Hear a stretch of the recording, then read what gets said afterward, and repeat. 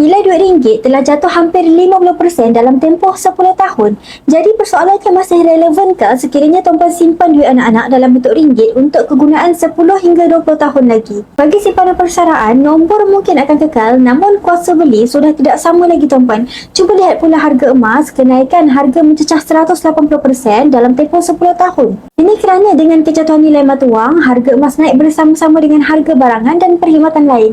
Untuk simpanan dalam bentuk wang, pastikan simpanan dalam bank sekitar 1 ke 2 bulan perbelanjaan serta simpanan dalam ASB dan tabung haji untuk simpanan kecemasan sekurang-kurangnya 3 hingga 6 bulan pendapatan.